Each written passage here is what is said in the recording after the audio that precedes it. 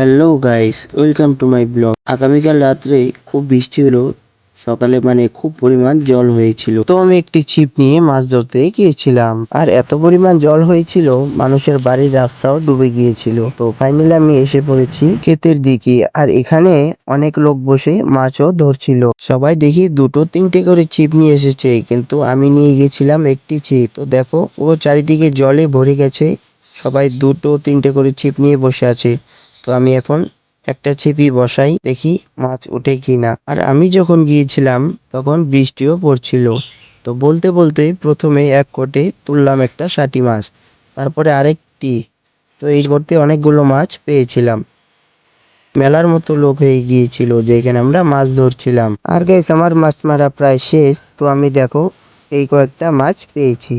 তো ভিডিওটি যদি ভালো লাগে অবশ্যই লাইক কমেন্ট করো। যারা ইউটিউব থেকে দেখছো তারা সাবস্ক্রাইব করে পাশে দেখো, আর যারা ফেসবুক থেকে দেখছো তারা ফলো করে নিও।